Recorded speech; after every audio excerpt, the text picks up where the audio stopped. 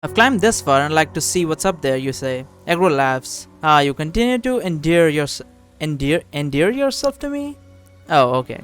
So she's just saying you're endearing to me because of your actions. You are so unnecessarily curious with a ridiculous reason for risking your life, yet a reason befitting my champion. I am pleased you're pleased, you say. Maybe you should stop blaming me for always getting you into tight spots, says Egra. You were a gambler before I met you. I wager you enjoy getting blamed, you say.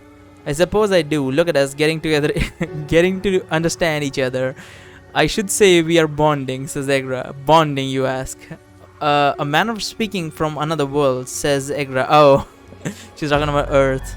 Perhaps I will ask you about it when we are not in the midst of an adventure. Carry on, champion, urges Egra. What is the redo last choice here? Okay, random. You creep along the hall and back to the central stairway of the tower. You listen, hearing nothing but distant, high-pitched laughter from below that you presumed is the elves. You resume your ascent of the stairs. I expect Kriya to be at the top of the tower with her mother, you say. This is what this is about, says Egra. That makes sense. What do you mean? She says nothing, so you continue on. There's still no sign of the brass dragon. He is too large to fit through the windows, so you assume he must have exited through the stairway. You expect to see scratch marks or some signs of the dragon's passing, but you see none. I'm guessing it's a really good stairway or whatever. I mean, made out of some solid material or some shit. I mean, even Dragon Ball Z's universe have some strong material. You expect to see scratch. Yeah. Beware, there is a warded door at the top.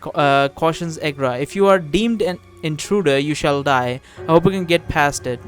Okay. Sure enough, as you wind about the stairway, you spot a large door made of black obsidian.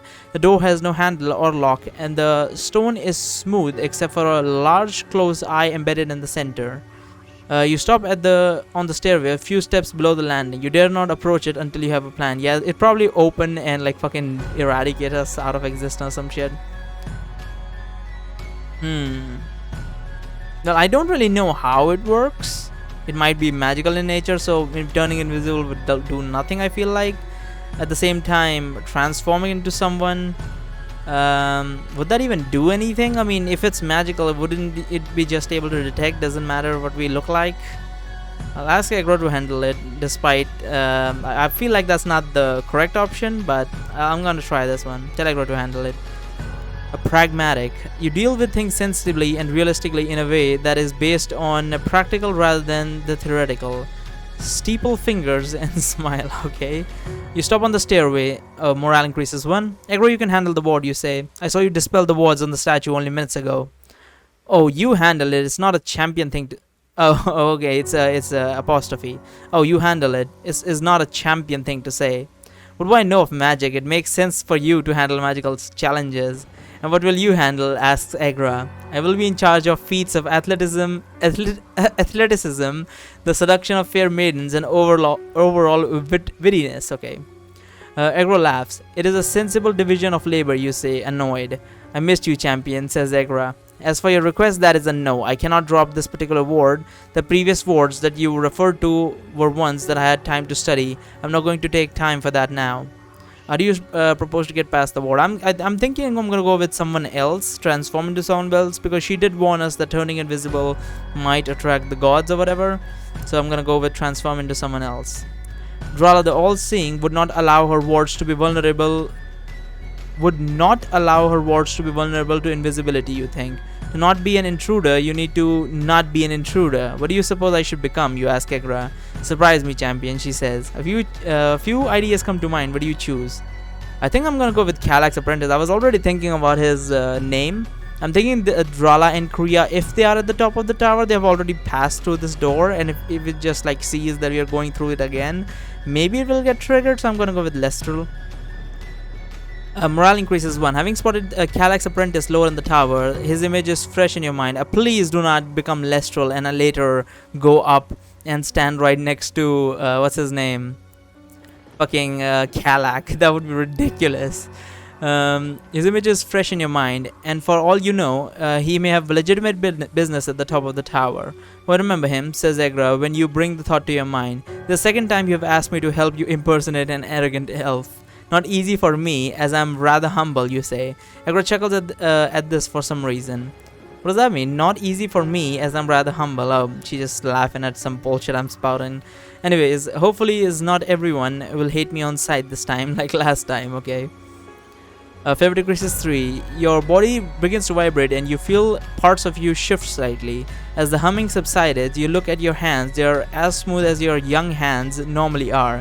Yet your skin is now even paler and lacks any veins. You're now wearing what must pass for adventuring clothes for elves. Green in color, tough fabric that is rough on the outside but silky smooth on the inside. When you transform me back, I'd like to keep these clothes, you say.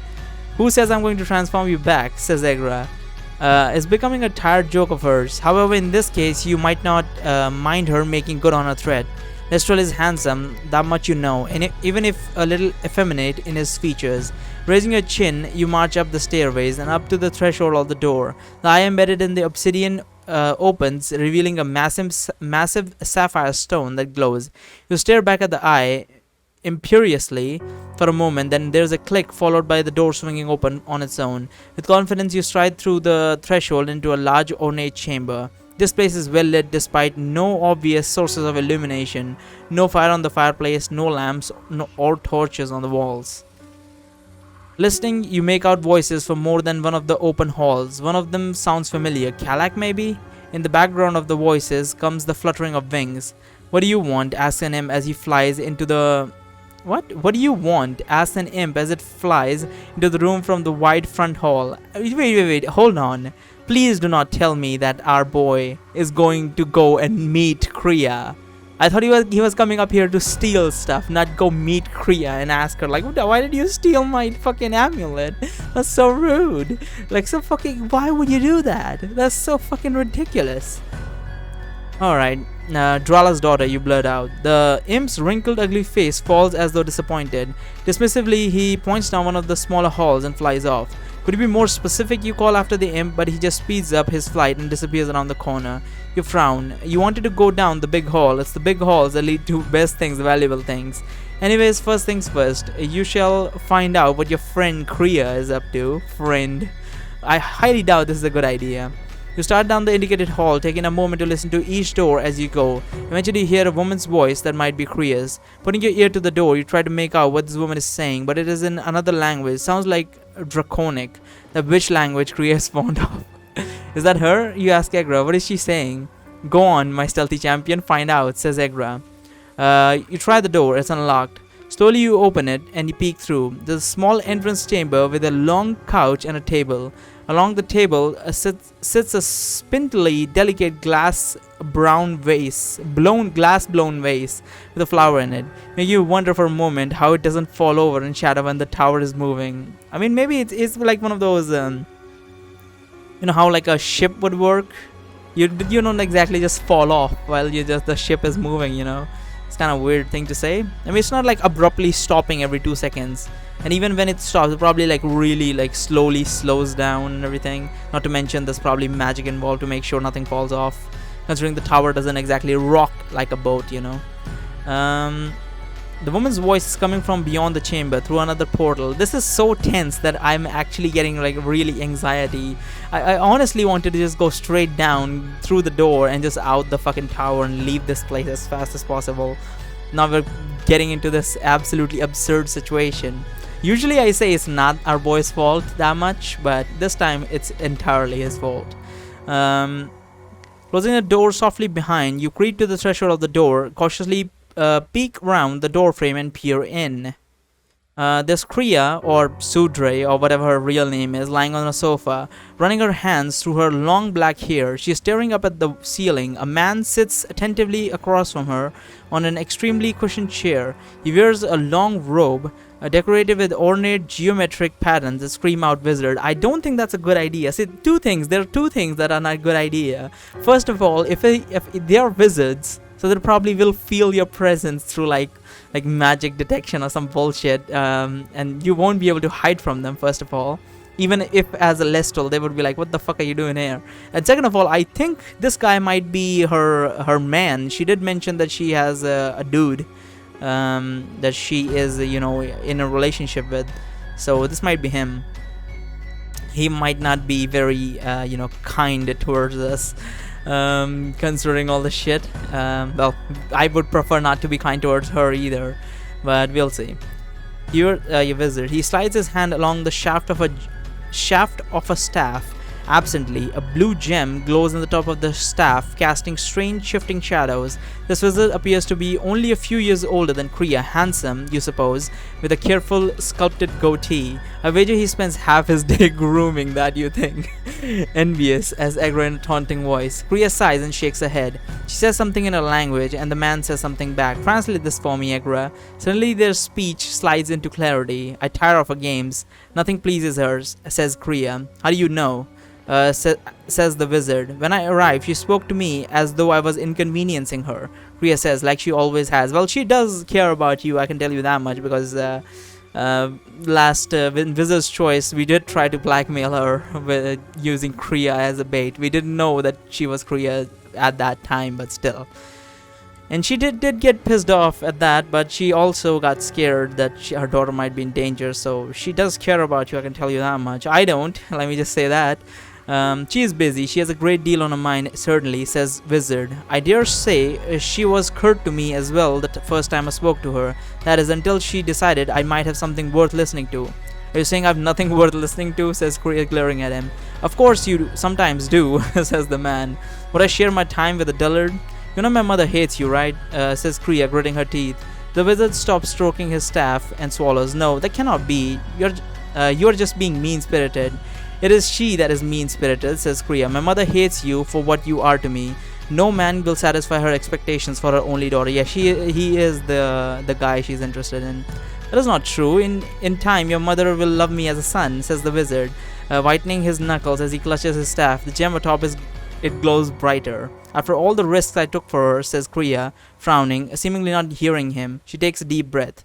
There's a mighty hoot behind you, making you leap up and spin in the air. Presently, you're face to face with the huge orange eyes of a black feathered. Oh shit! For fuck's sake, what is this thing?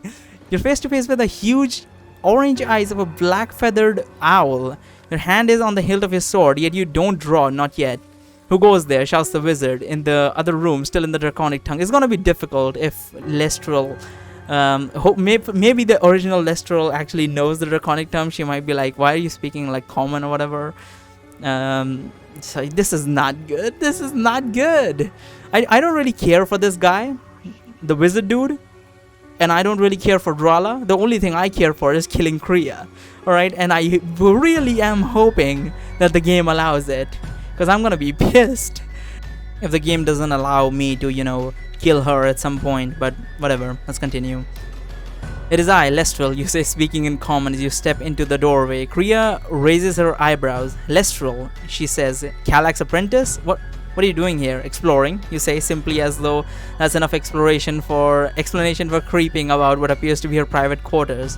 What is your companion? What was his name? The handsome one with the quick wits? Oh, yeah, he's talking about a rooster. Oh wow, he actually questions her about it. Fucking hell, she purses her lips. I'm not sure. Rooster, you say, feigning that you are just remembering. Oh right, says Kriya, waving. That is the name he went by, as I recall. Her eyes dart over to the wizard, then back to you. The wizard is frowning as he twirls his staff. His discomfort makes you smile, although your enjoyment is interpreted as the owl flaps past you, making you flinch. The bird lands on the table beside the wizard, and again regards you with her unnerving eyes. What? Oh, maybe we're just confused what should be referred to it as. Well, I'm willing to forgive how you rudely intruded on Kalak and me. What?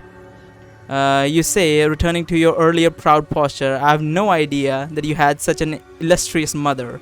My parentage is known and spoken of only in the tower, says Kriya, nodding to rub your chin. Say, what happened to Rooster? You raise your eyebrows expectantly, folding your arms. He's back in Drink City, no doubt drinking, whoring, and otherwise debasing himself, she says. That's right, I heard he was a hero. You say, many ladies want him, even those in the... Really? You're seriously talking like this? She's gonna know. Stop it.